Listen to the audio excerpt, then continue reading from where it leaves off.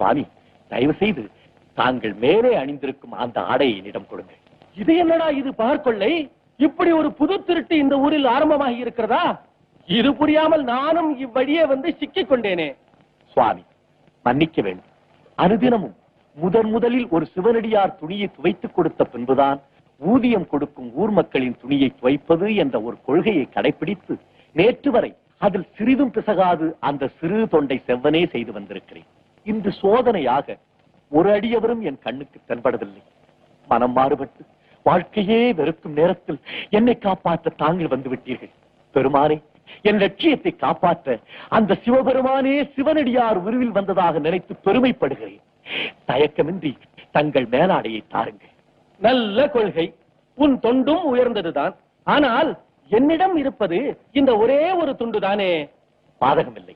ஒரே நாழிகையில் துவைத்து உலர்த்திய